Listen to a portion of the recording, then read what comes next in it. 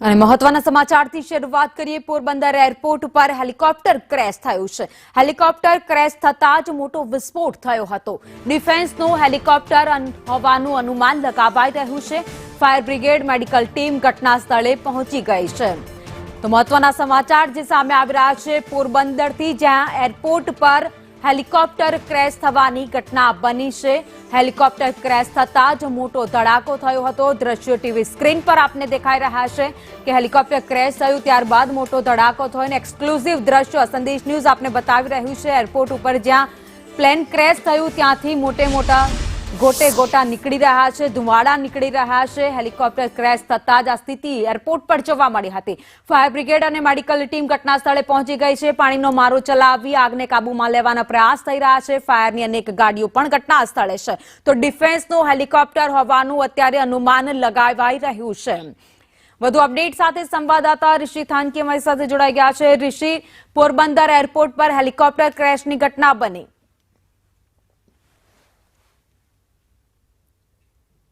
ડિફેન્સના hub છે ત્યાં જ અવારનવાર હેલિકોપ્ટર છે તે સર્વે કરવા માટે અને પેટ્રોલિંગ માટે નીકળતા હોય, પરંતુ આજે કોસ્ટગાર્ડનું હેલિકોપ્ટર છે તે ક્રેશ થયું હોવાની ઘટના સામે આવી છે અને ક્રેશ થતા વિસ્ફોટ થયો હતો।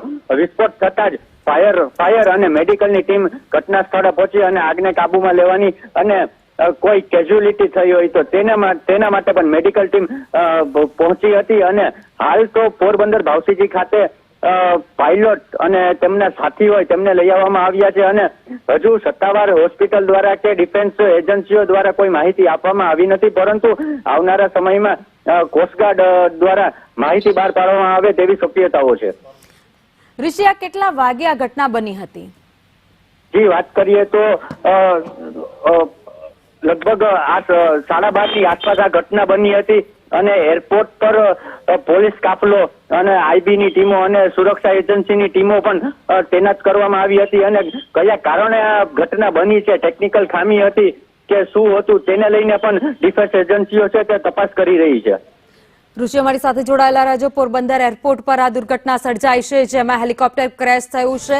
હેલિકોપ્ટર જ્યાં ડિફેન્સનું સેન્ટર આવેલું છે ત્યાં આસપાસ જ અનેક વાર હેલિકોપ્ટર ત્યાં પહોંચતા હોય છે, તે દરમિયાન જ આ ઘટના બની હોવાનું અમારા સંવાદદાતાનું કહેવું છે। જો કે વધુ અપડેટ હજુ સુધી સામે નથી આવી રહી, પરંતુ આ ઘટના જ્યાં બની છે હેલિકોપ્ટર ક્રેશ થયું ત્યારબાદ ધડાકો થયો, તેમાં આગ લાગી, ફાયરની ગાડીઓ ઘટના સ્થળે પહોંચી ગઈ છે।